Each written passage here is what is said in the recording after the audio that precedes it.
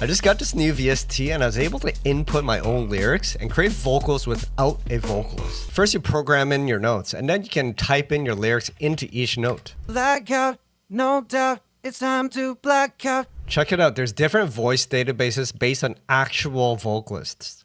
It's time to black out. On top of singers, they even have voice databases for rappers. It's time to black out, no doubt. And you can customize every detail, like how each syllable is pronounced. Let's change the duration of the A in blackout. Blackout, blackout. Once you've locked into performance but want to change the voice, they have an AI tool called Vocal Flex. It's time to black out. You can drag any voice sample and it'll analyze it to create a new voice profile. Let's drag in the sample from Splice. Wait there, me I'll come back. It's time to black out, no doubt. Let's record our own voice. Check 1, check 2, 1, 2, 3. And then pulling it into Vocal Flex, I now have a profile for my voice. It's time to black out, no doubt. Now you can blend different voice profiles to create completely new voices. It's time to black out, no doubt. And then with some additional processing, Black out, no doubt. and then add it to your track. Black out, no doubt. It's time to black out,